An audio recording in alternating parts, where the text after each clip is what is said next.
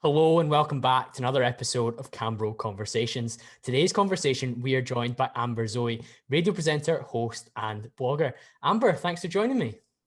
I am buzzing to be here. Thanks for having me.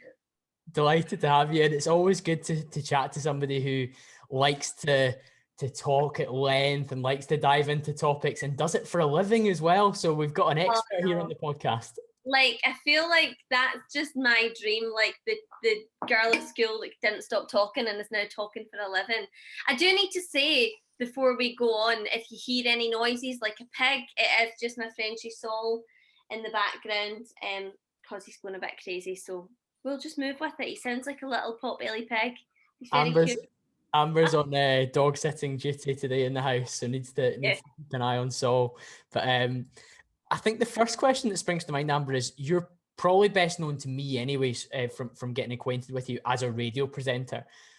But radio seems like there's a little bit of there's a veil that hides what radio looks like, because it's not like TV. You can't see the presenter all the time. You can't quite connect with them in the same way as you can connect in terms of what somebody looks like and their mannerisms as you can on TV. But you certainly build a rapport with them because you listen to them maybe every morning in the car.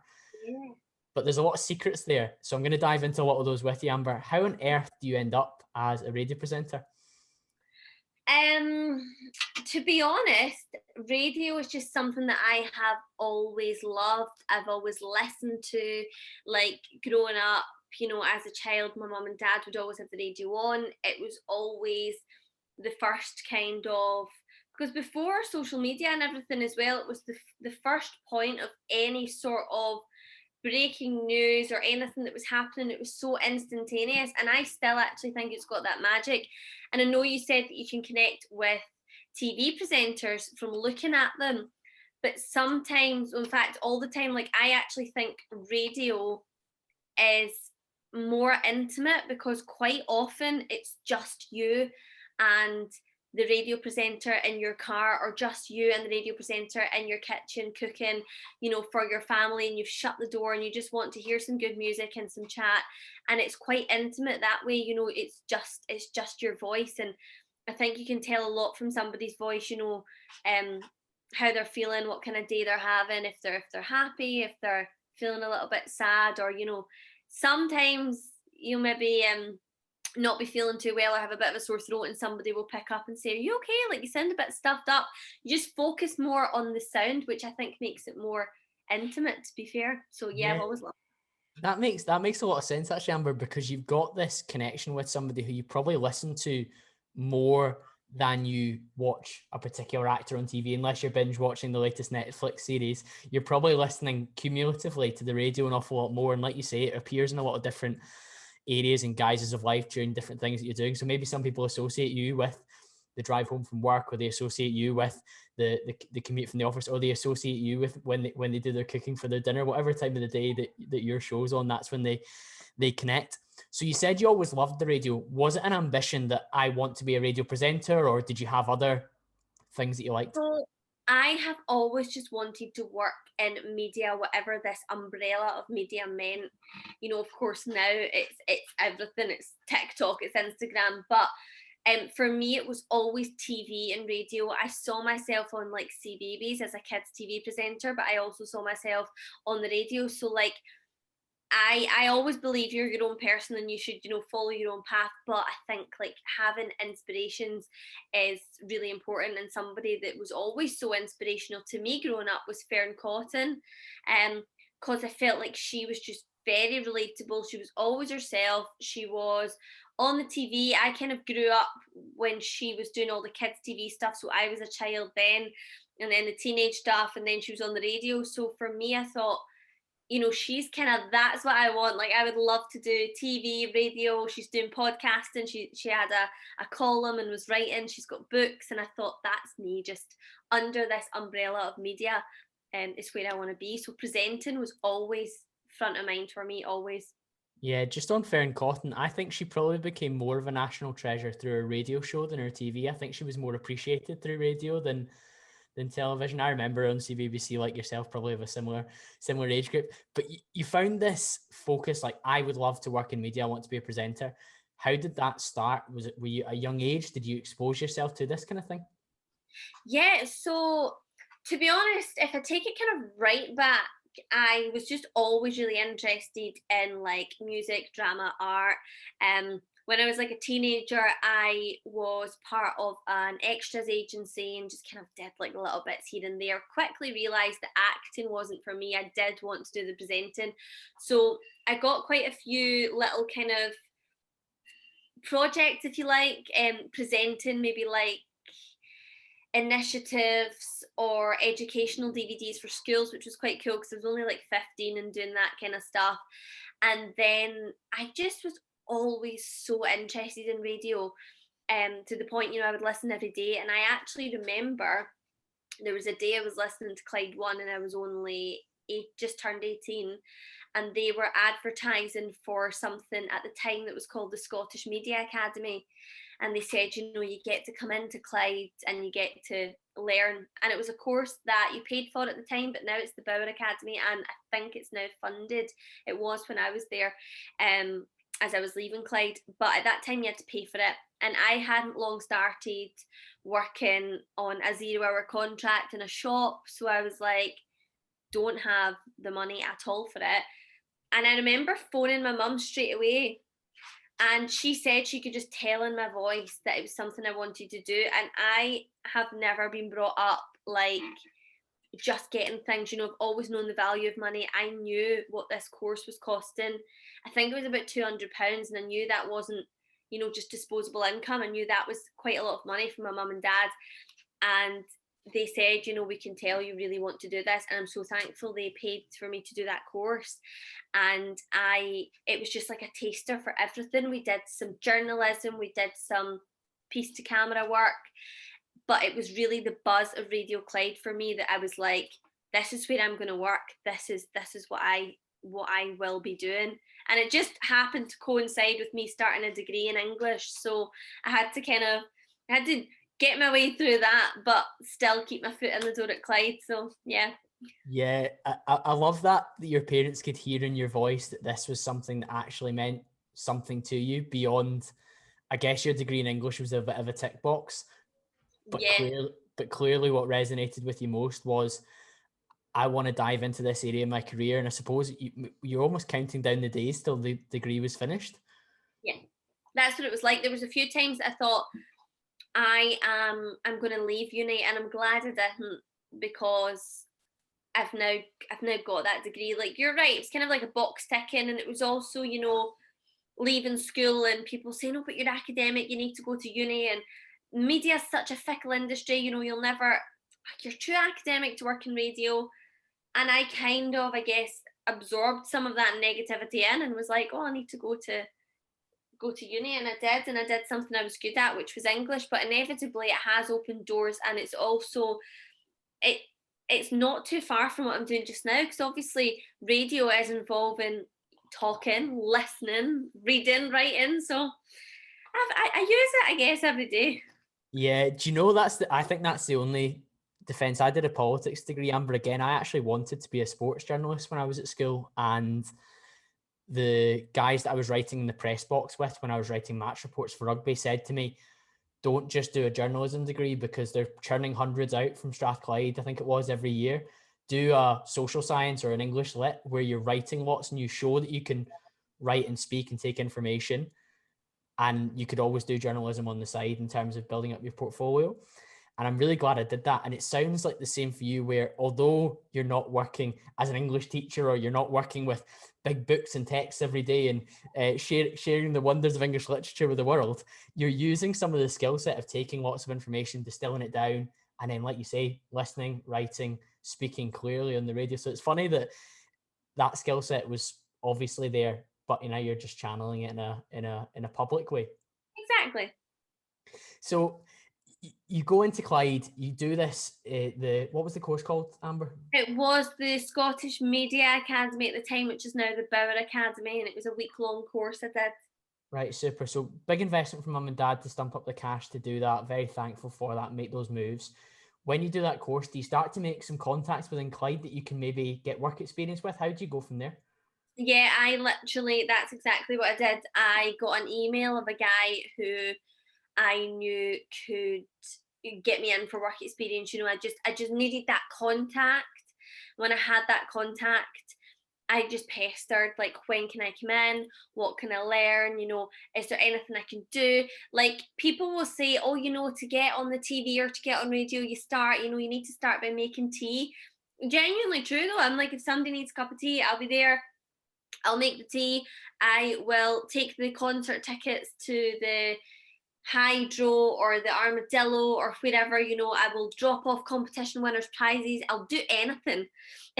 And that's really what I did. So yeah, I did that course, I got that contact, and then from there, just from persistence and consistency, I then got like an internship on the Clyde 2 breakfast show at the time with Robin Galloway, which funnily enough, I now work with him now. It's just a big circle at Pure. And I did that for like 6 or 7 weeks of my summer when I was 19. And like all my friends were going out, and I remember them saying like, oh, but you're doing it for free. Like, come on. But for me, it was just invaluable, the experience in Radio Clyde, which was a station I'd obviously listened to for years, and I thought, this is an opportunity that I don't want to be taken away from me because I'm spending a few nights out and sleeping in. Like, I was just dedicated to getting up at 4:30 and going in and learning.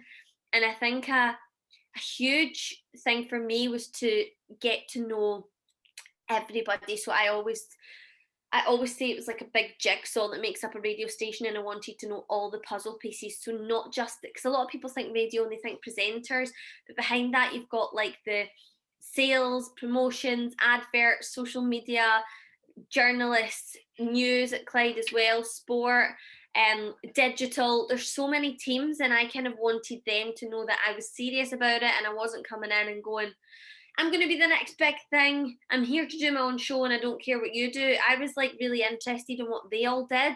And I think they then appreciated that too, because then they'd start to know your name. Oh, that's Amber coming in again. Instead of saying that's that wee lassie who thinks that she's just all that and gonna never taking time to get to know us. So that was important to me.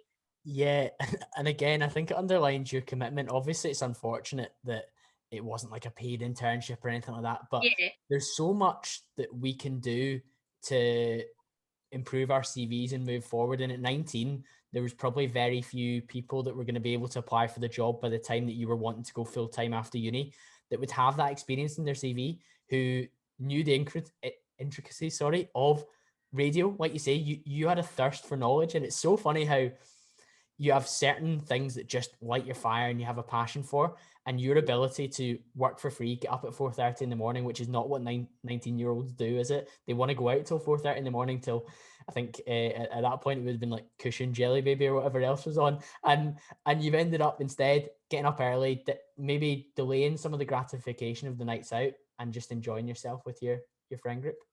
Yeah, and the thing is, like, because that really quickly paid off, because it was a case of the kind of right place, right time, because I was actually still at uni when I got my full-time gig at Clyde. And yeah, it was right place, right time, but of course it was a lot of commitment. So I'd done all of that and worked with the charity, and I was still doing the kind of street team stuff, out and about, flying in and things.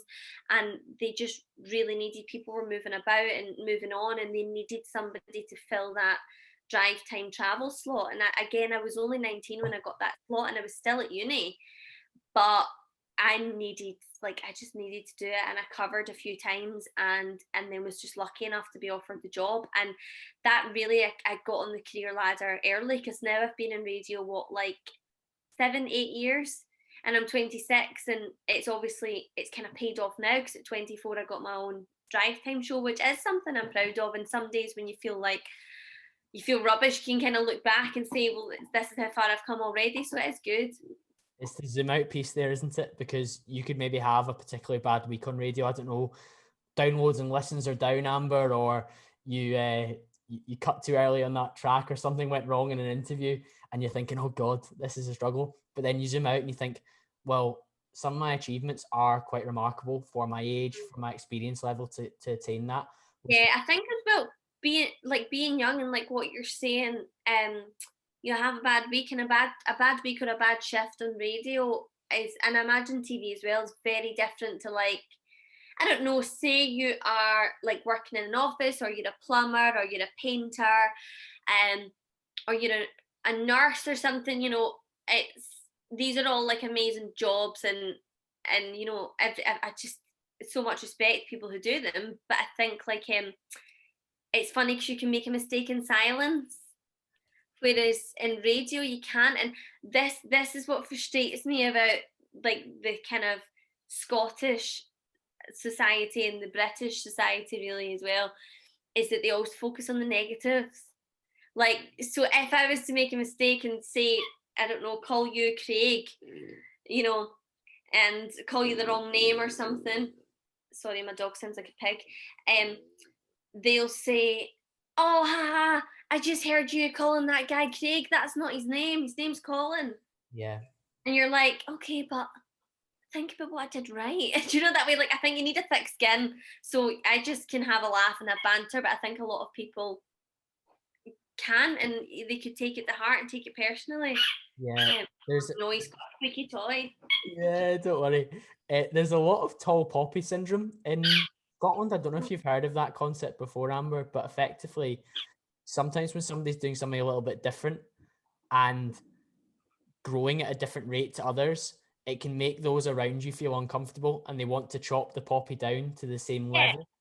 And I guess given your relative success in the field that you've chosen to dive all in on at a young age, it might make some people feel uncomfortable. And that's hard for some people to deal with, but it also means that you might get negative attention based on that.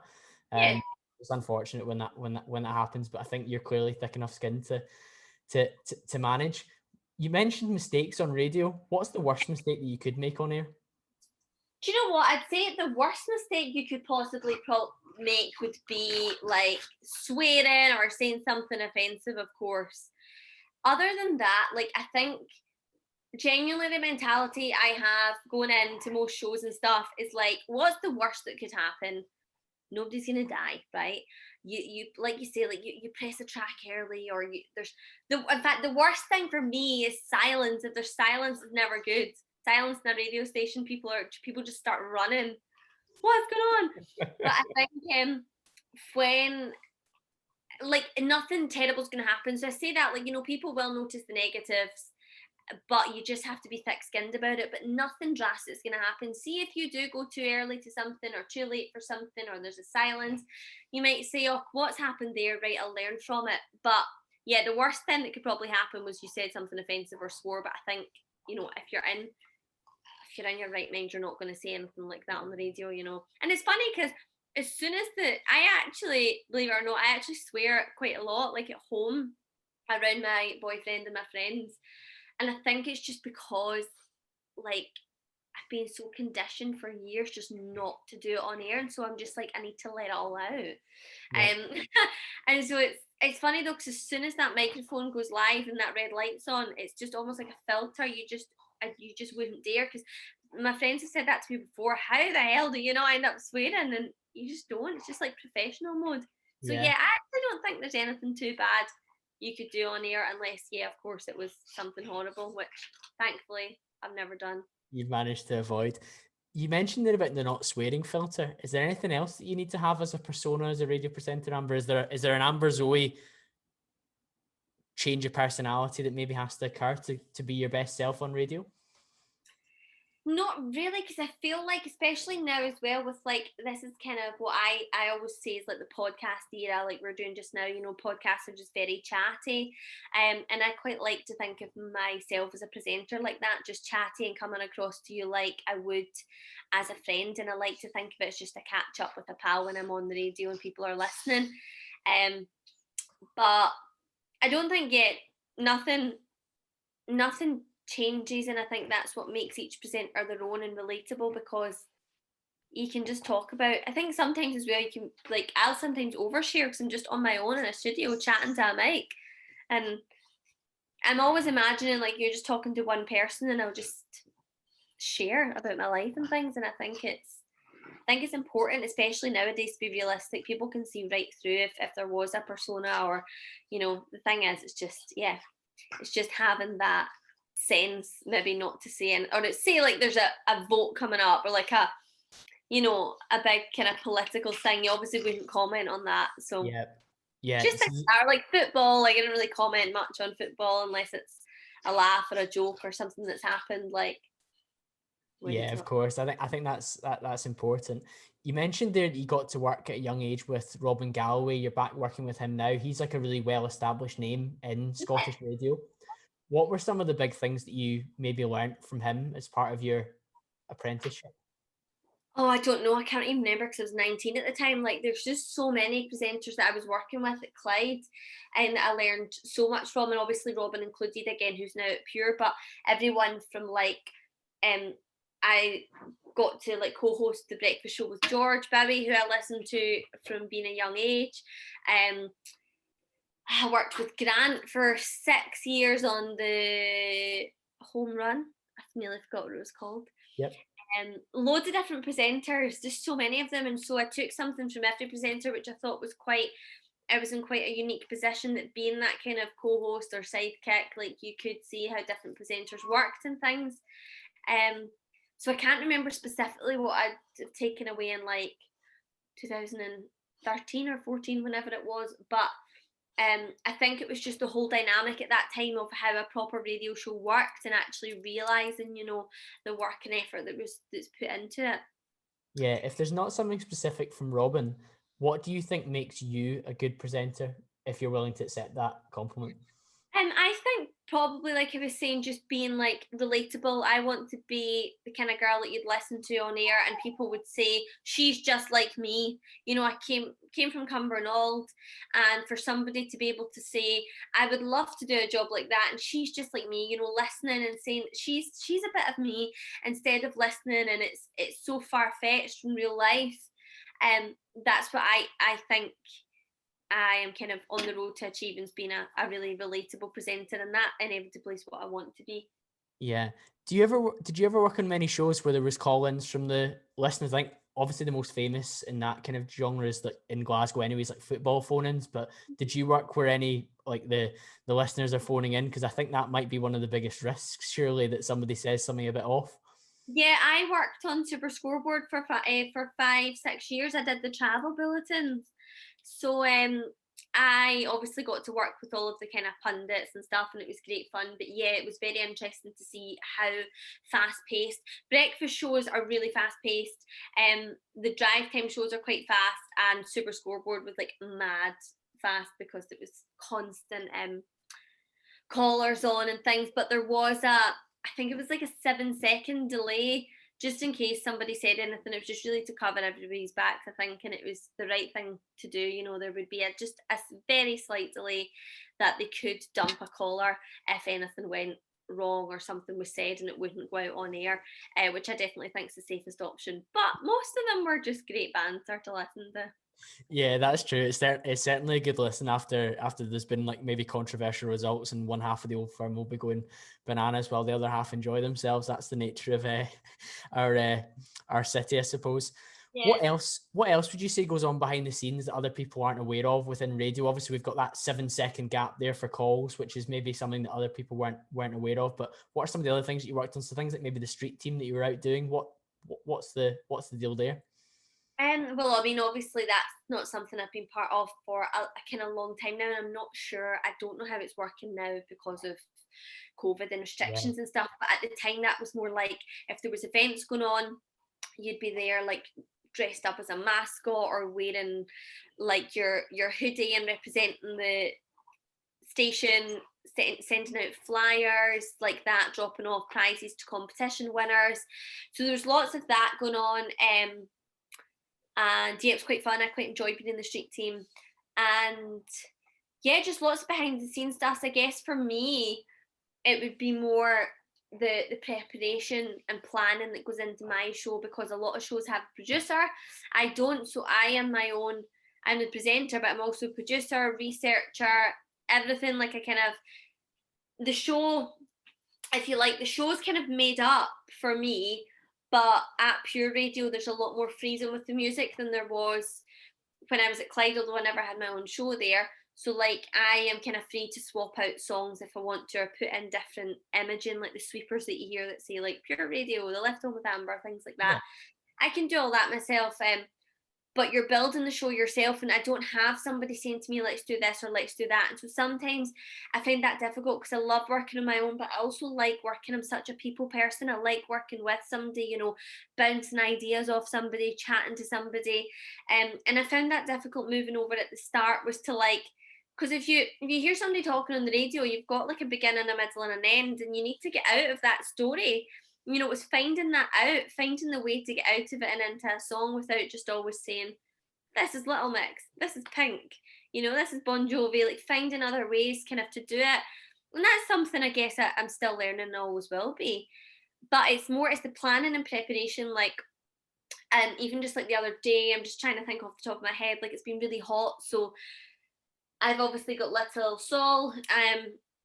I know what it's like for being a dog owner, and in the sunshine. I really wanted to raise awareness of how dogs shouldn't be getting walked when it's so hot. So I got somebody from the Dogs Trust on, but to do that, it was like finding them on Instagram, finding a contact, emailing, getting a number. Like that was just like constant back and forward. And so sometimes, I know you've experienced this, I can be awful at getting back to people on messages and emails, but it's because like my sole focus has to be the show, because there's only me doing it. Yeah. So, you know, it's like researching, or it's seeing an article the other day about paddleboarding being the most, what was it? It was something like the most taken up sport in 2021. And like paddleboards were selling out. So I went on to Instagram again, which I just think is such a good tool, and found a girl who does paddleboarding lessons in Scotland, and managed to get her on the show to talk a bit about it. And it's just that kind of quick turnaround and thinking about it before it's too late, and saying, oh, I wish I had got this person on or that person. So yeah, even like social media, I need to post. I'm kind of in charge of making sure people know when my show is and what's happening on it. Posting on the Pure Radio Facebook and Instagram, we've got our own slots and stuff. So that's actually, even like editing, you know, if I had a pre-recorded call, which most of them are for my show pre-recorded, one might be like 12 minutes long because we've just blathered. You can't put a 12-minute call on air, you're never going to hear that. Yep. The longest I'd probably go at a push is 2 minutes. So it's cutting all of that down without having a producer. So I might have taken that call at 4 o'clock and my show starts at 4. So in between trying to edit that call down to 2 minutes, you're playing songs and finding things to speak about in between them. So it's just always on the go. There's a lot of multitasking there, and that's really interesting. And you were saying there about being hard to reach because the show's got to be the priority, and that's the priority principle. Ultimately, that's what pays your bills, and that's what gives you the most fulfillment.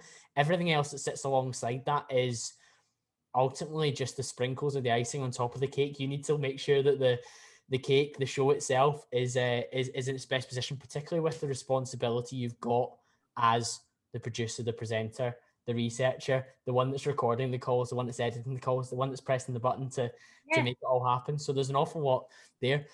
Because of this, how did it feel to work from home during the pandemic? Did it shift quite a lot from what you'd done previously? Because it seems like there is quite a solo pursuit. Obviously, you're part of a wider team for the station, but moving to working from home for that period, how were you affected by that? So it was quite a funny one, because I had went from being like co-host at Clyde, which was basically my kind of role as co-host and doing the traffic and travel, was sitting at the opposite side of the desk from the presenter who I was on with, who was Grant Thompson. And he would just put so like, obviously, well, this might not be obvious actually, I'm just saying that, but when you're talking into the mic, it's the fader has to be up for your mic to be on. So Grant would be in control of putting my fader up and down, and all I had to do was talk. That's all I had to do.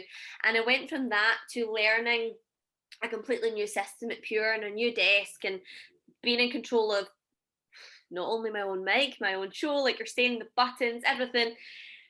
Tried to get stuck into that, heard of this thing called the coronavirus, wasn't really sure, thought it was a bit kind of overhyped, nothing's going to happen.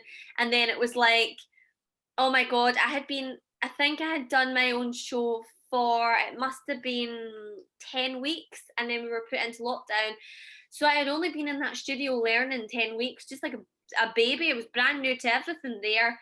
And all of a sudden, I was then at home until the August. So the March to the August, it was just me and a laptop, microphone, and headphones. So as much as it was easy enough at home, because you were just pressing record and talking and then stop record and save, you're just losing those valuable live radio skills. And at the end of the day, that's what radio is all about. It's being live, it's connecting with people, live tweets that were coming in, you're missing them if you're at home because it was pre-recorded at home, just because the system that we were using hasn't really been designed for everybody all of a sudden to be working from home on it. So my show was maybe, it's 4 till 7 o'clock, but I was maybe finishing it at like 5:30, 6, so like an hour in advance. So if somebody tweeted me at the back of 6 o'clock, I couldn't mention it because you weren't live. So it was just, you were losing that aspect completely. But I was obviously so grateful that I was able to stay safe and still work from home, but that was definitely different. But we found new ways around it, like this, like Zoom. I had loads of guests on Zoom, and I did a pure powering on series, which was just how people were powering on through the pandemic through Zoom. So anyway. Just to hark back to what you were saying about finding relevant guests and interviews and stuff like that, there's a lot of similarities there to what a lot of podcasters try to achieve. One of the things I was going to ask you is, do you have like a pre-going live routine or anything like that to get you ready in the best possible space? Are you superstitious or anything like that, Amber? No, but it's funny because now that you kind of mention it, like I actually never do the show without wearing these bracelets. Okay. Hooks and crystal bracelets. I always have them on. I feel like they bring me luck. And I've got my lucky elephant that I got for going to Thailand from my auntie and uncle like years ago now. Sorry, my dog's now snoring. Honestly, live animals. But apart from having crystal bracelets and an elephant bracelet, no, I just kind of roll with it, if I'm being honest with you. There's nothing. I like to have some things planned and prepared, right? So, like when I first started doing my own show, everything was written down, like the full show. From like I would even write like it's the Left Home with Amber on Pure Radio, just because. See, to be honest with you, because I'd done some solo shows before on West FM and Air, and I just was terrified of saying West FM or Clyde One. So I would write down it's Pure Radio, I'm Amber, like I'd write everything down. That was Delamitri, blah blah blah. They're going on concert this year. This is new from. And I think again, just having that natural ability of being good at English and having the kind of degree, I could read it without it sounding like I was reading. But now I'm just more comfortable in my show and in myself. And I do think working from home helped with that I am now comfortable enough to maybe like, sorry about his snoring, maybe like and maybe copy an article from say Glasgow Live, and it was maybe about like the world's hottest cheeseburger in Glasgow. I would copy that article onto my show plan. I would have a little look. Oh, I've got maybe like 30 seconds I'm going to speak, and I would just open that article, and I'm quite happy to open the mic and just say, oh hey, have you seen this in Glasgow, blah blah blah. It would blow your socks off, chat about it, and then go comfortably into the next song or the travel or whatever. So I think having a degree of preparation like that, like I've got some links and stuff saved in my show plan. Apart from that, maybe a recorded call or two, but everything's just, I just go for it. Yeah, preparation's vital, but I think you'll probably have seen from us getting connected on Instagram, I'm very into my fitness. One of the big things we've spoken about on the podcast lots before is time under tension and number of reps that you've done before. And that can be applied in the gym. So if it's the first time you ever go to the gym and your PT says, we're doing barbell squats, you're obviously going to be nervous. But 6 months down the line, if you've been barbell squatting every single week, you've probably gotten quite good at it. You've probably gotten quite strong. You probably go in there and do it yourself, no problem. And it's the same for anything we do. It's the same when I present in work to a client. It's the same when I pick up the phone to somebody new for the first time. I've probably spoken to somebody similar before, so I'll just say some of the same stuff, and I'll just have a bit of research done about maybe what their particular business does. And it's clear from your approach to radio, you obviously become more comfortable. You've gained time under tension in kind of, I don't know, training almost for all these years to No, know? I think as well that's so helpful is that I went from working at Clyde, which was obviously bigger and more kind of well established, because Pure was brand new in November 2019 and I started in January 2020. And I think starting at a new station, it was, and it has been a great experience for me. Kind of, I think also, I'm a big believer of backing yourself and being your biggest fan. But don't get me wrong, of course, sometimes there have been moments of imposter syndrome, thinking, should I be here, like doing my own drive time show? Look at all the competition. This is nuts. But also, what was really nice for me was going into that brand new station, and I never had a legacy to continue. Nobody had done that show before. It was brand new for me, and I could just do it the way I wanted. And again, like you're saying, it was getting more comfortable with it and learning different skills. See, even at Clyde, I never had to once edit a phone call, because why would I? I was reading the travel. I never had to take in.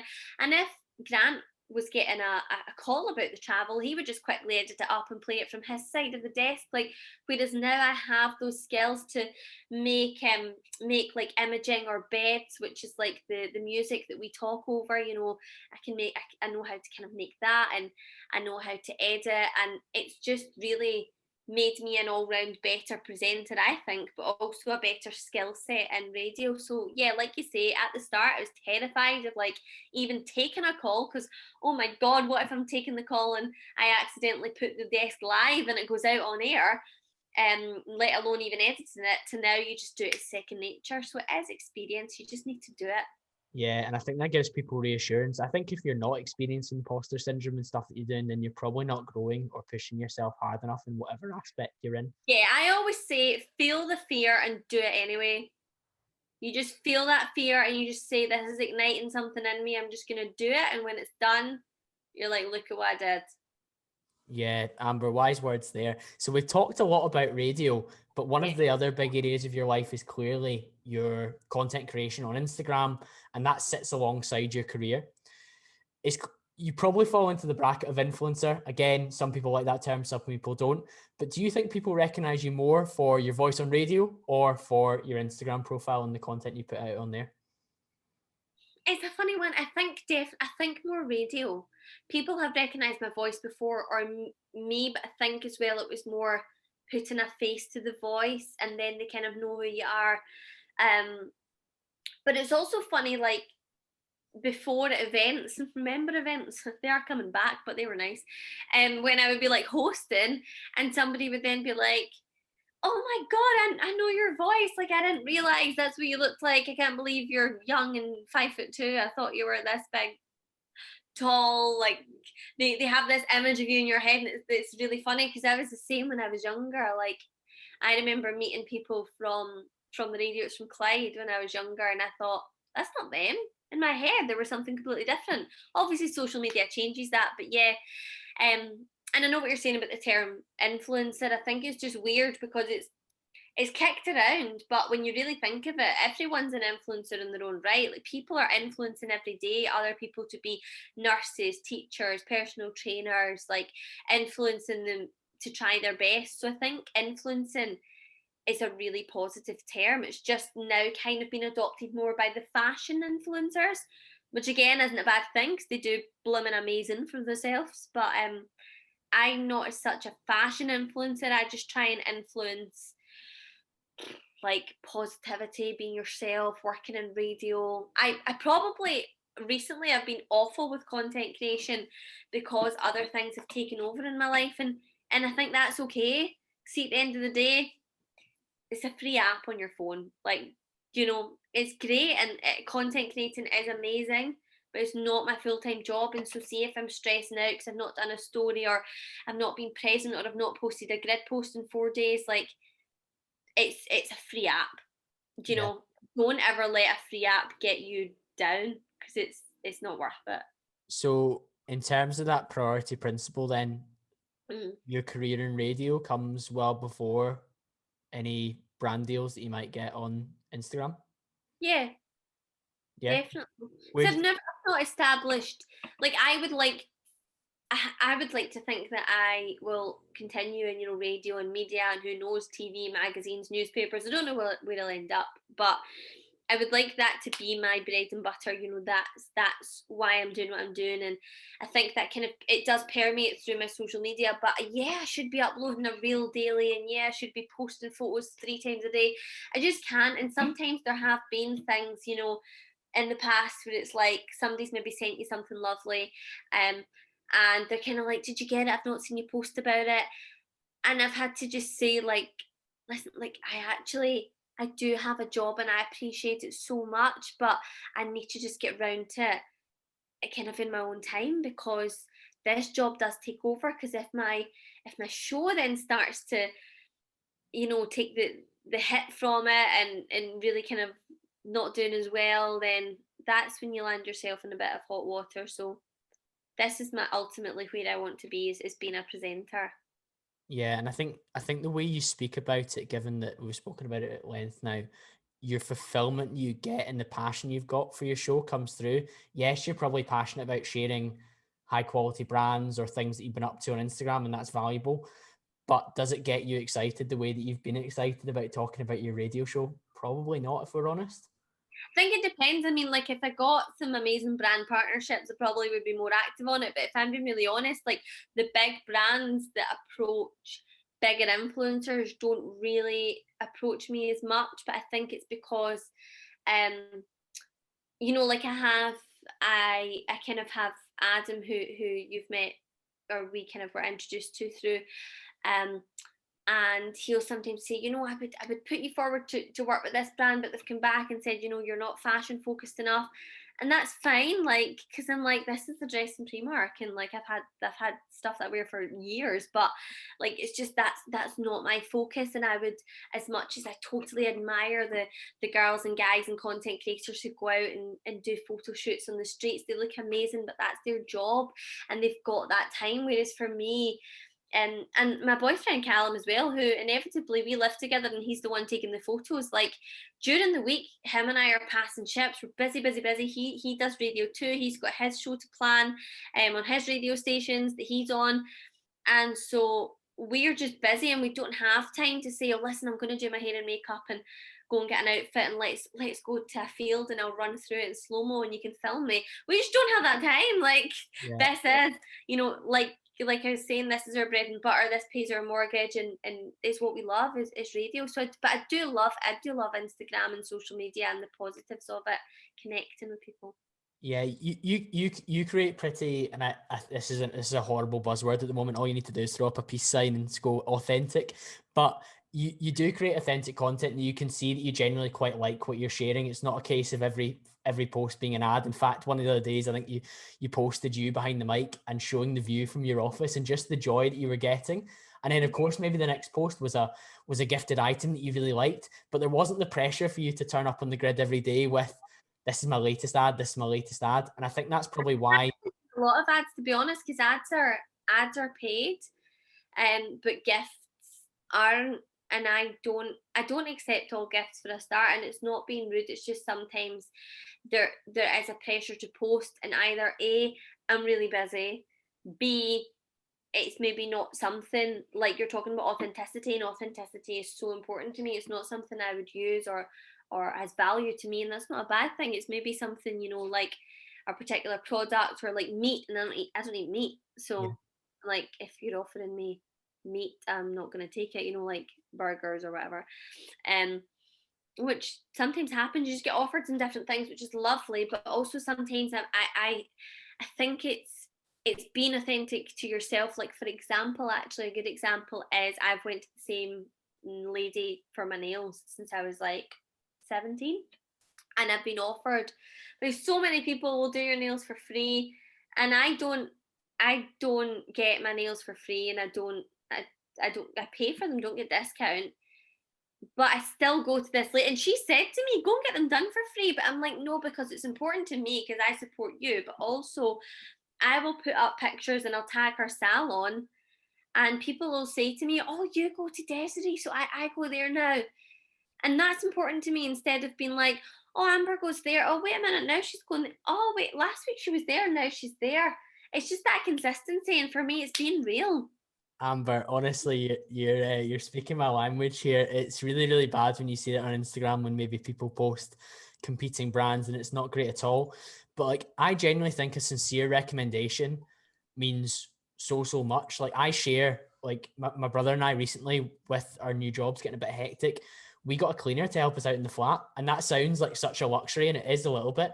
But it was on a recommendation from a friend who pays for it but has a large Instagram page, and my Instagram page would get me a lot of freebies, but I'm more than happy to pay for the cleaner and shout them out because she does a phenomenal job. And it's the same for like, You'll need to pass me our details because we're actually looking for one because we're too busy. We do clean the house, but yeah, it was Callum the other day was like, I think we'll need to cut back on some things and get a cleaner once a week.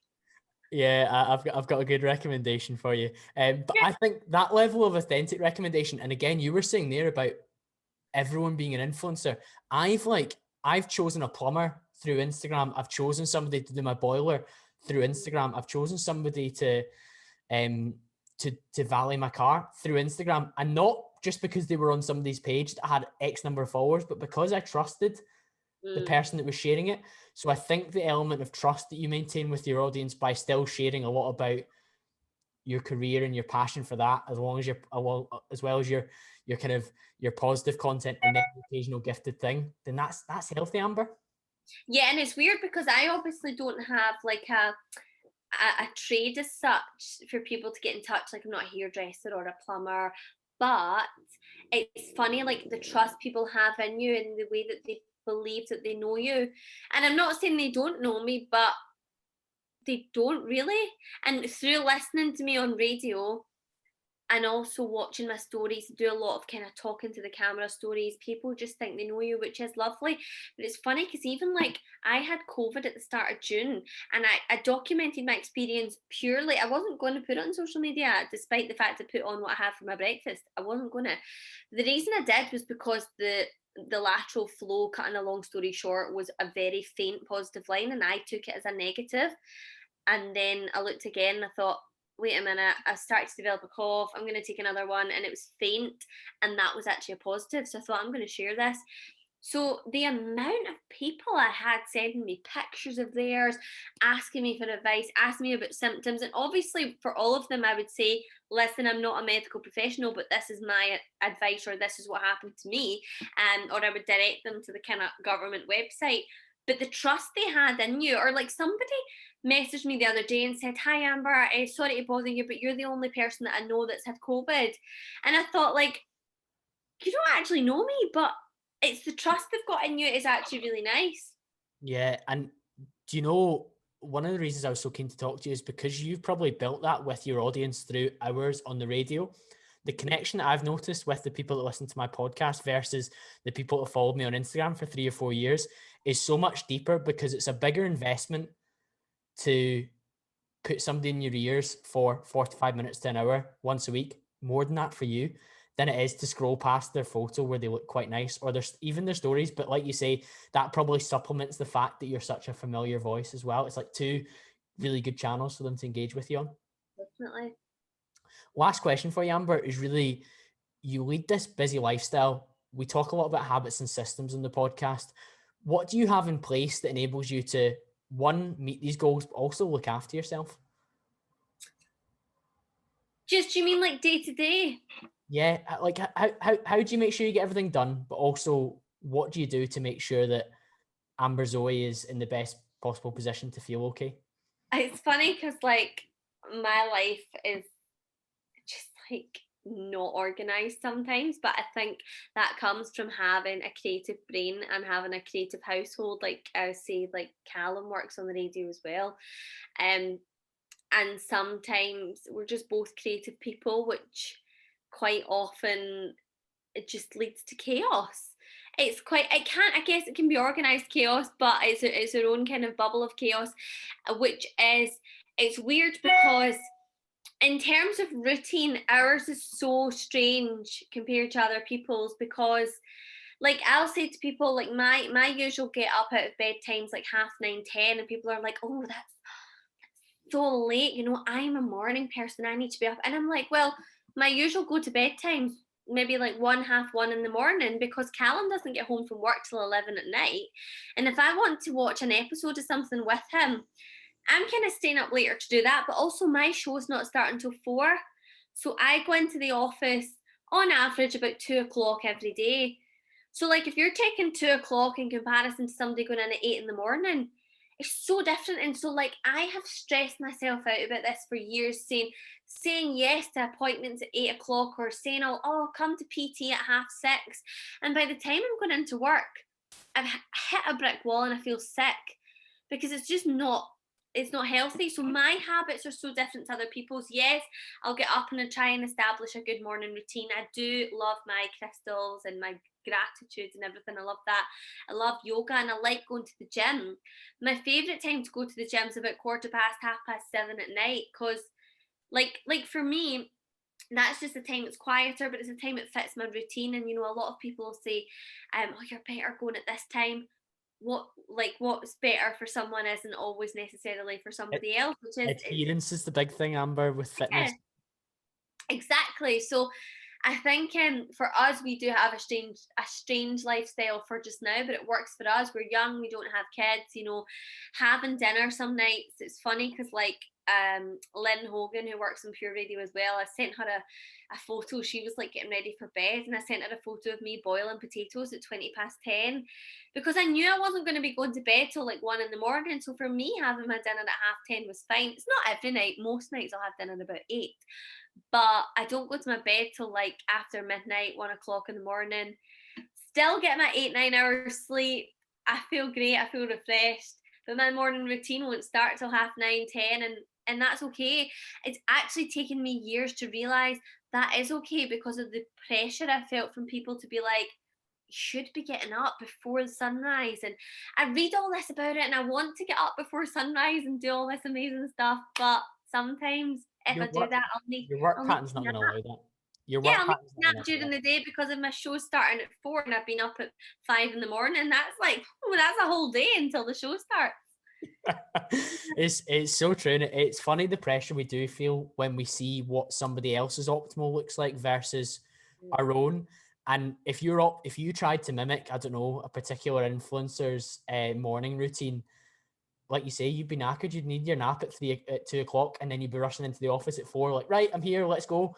And like, don't get me wrong, I have actually said this week's lovely weather. I've said to my friend, let's go like open water swimming one morning early. I'll have to be early because I've got stuff on. She's got things on.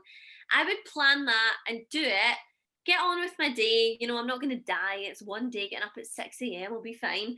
But at night time, I'd then probably have my dinner as soon as I get in, maybe 7:30, 8, and then I would take myself to bed earlier because I'd be knackered.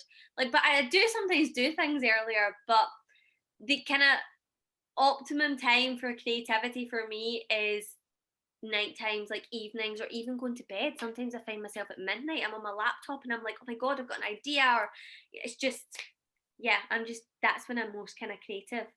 That's interesting. And I think a lot of us forget when our most productive period can be sometimes. I know there's like morning people, evening people, but like you, sometimes before I go to sleep, I've got a notepad beside my bed and I'm like, I should really speak to that person on the podcast, or should I write about that for my email list?